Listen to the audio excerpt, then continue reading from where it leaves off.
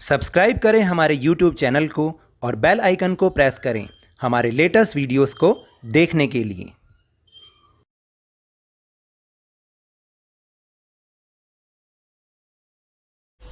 Hello and welcome to Lovneesh sir की class.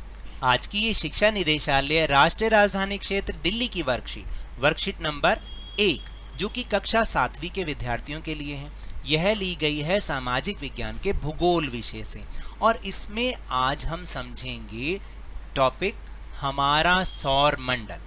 इसको सौर मंडल आपने पहले नाम सुना है, जरूर सुना होगा, छठी क्लास में हमने सुना है। सौर मंडल यानी सूर्य और उसके जो चारों तरफ ग्रह चक्कर लगाते हैं उन सबको मिला के सौर मंडल बनता है। याद आया ना?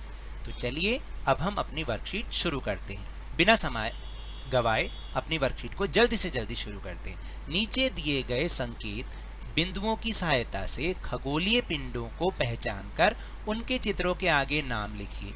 देखिए यहाँ पर कुछ संकेत भी दे रखे हैं। आपको क्या करना है कि इनको ध्यान में रखते हुए जो चित्र हैं सही के सामने सही लिखना है।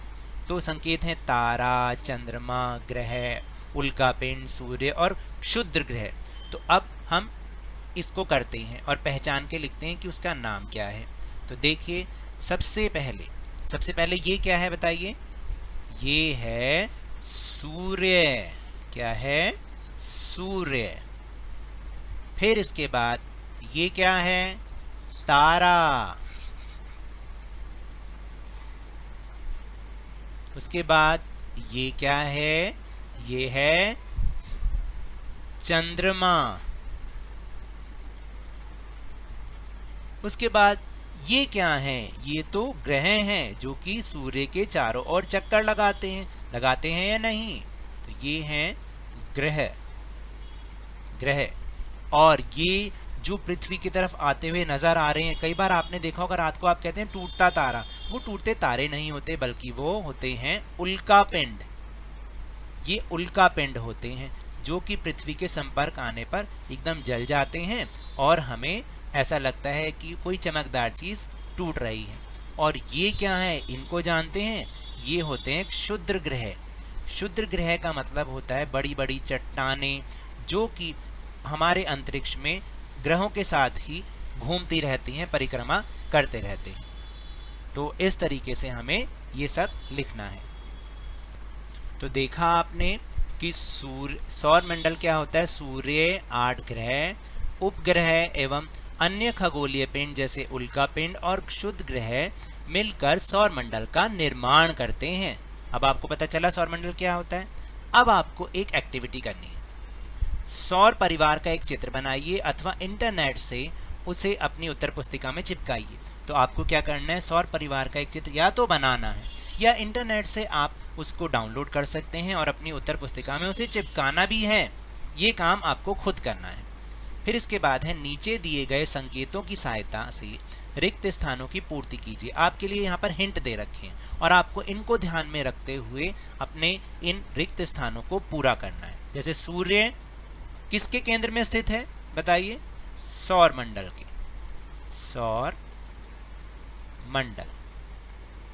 सौर मंडल के केंद्र में स्थित है, क्योंकि केंद्र होता है उसी के चारों तरफ ये सारी चीजें होती। यह बहुत बड़ा है।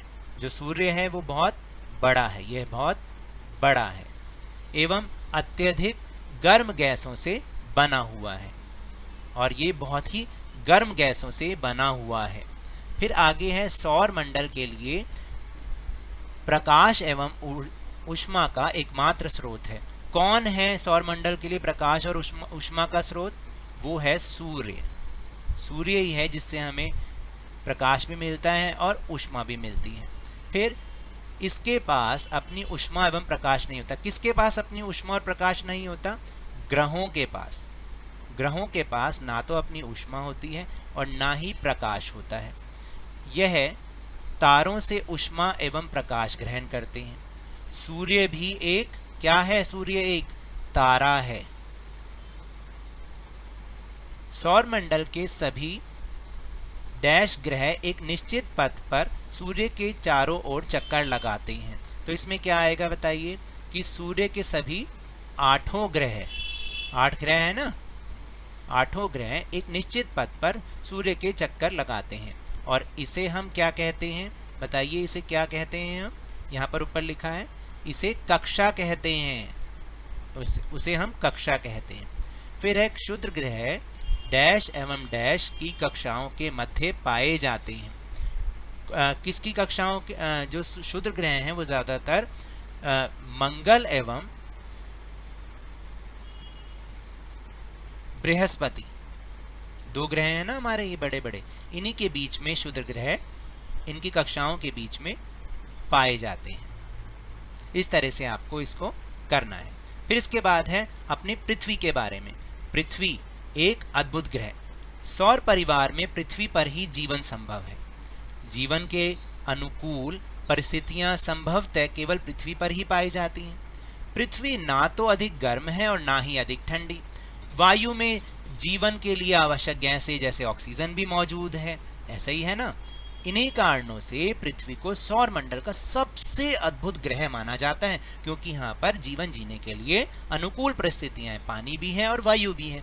अंतरिक्ष से देखने पर पृथ्वी नीले रंग की दिखाई पड़ती है, क्योंकि इसकी 2/3 सतह पानी से ढकी हुई है। जब हम अंतरिक्ष से देखते हैं ना तो ये हमें नीली दिखाई देती है, इसीलिए क्योंकि इसकी 2/3 जो सतह है वो पानी से घिरी हुई है, इसलिए इसे हम नीला ग्रह भी कहते हैं। अब आपको पता चला पृथ्वी के बारे में कितनी अच्छी अच्छी बातें।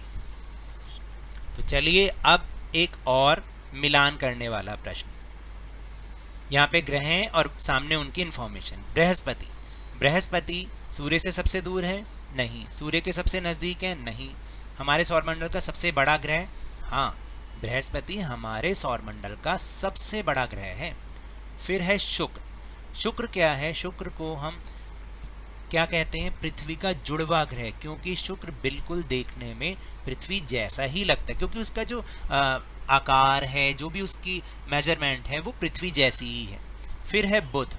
बुध जो है वो सूर्य के सबसे नज़दीक वाला ग्रह है, सबसे नज़दीक ग्रह है। फिर पृथ्वी दूरी के हिसाब से तीसरे नंबर का ग्रह है और वरुण सूर्य से सबसे दूर है। इस तरह से आपको मिलाना है। तो ये तो थी आज की वर्कशीट। अगर मेरे इस तरह समझाने से आपको थोड़ा सा भी समझ में आया हो तो इस चैनल को ज़्यादा से ज़्यादा सब्सक्राइब कीजिए, लाइक कीजिए और बहुत ज़्यादा शेयर भी कीजिए। और हाँ, मेरे साथ इसी तरह आसानी से वर्कशीट को समझते रहिए, लेकिन ध्यान और मन लगाकर पूरी मेहनत और लगन के साथ, ऑनलाइन ही सही, पढ़ते ज़रूर रहिए और इस चैनल को जल्दी से जल्दी 50K तक पहुँचा दीजिए। जब भी बाहर निकलें अपना मास्क पहन के जाएँ, क्योंकि कोरोना अभी भी फैल रहा है। अपनी बारी आने पर इसका टीकाकरण अवश्य कराएं, क्योंकि कोरोना को हराना है और ज़िंदगी को एक बार फिर से सुहाना बनाना है। इसी उम्मीद के साथ बहुत बहुत धन्यवाद।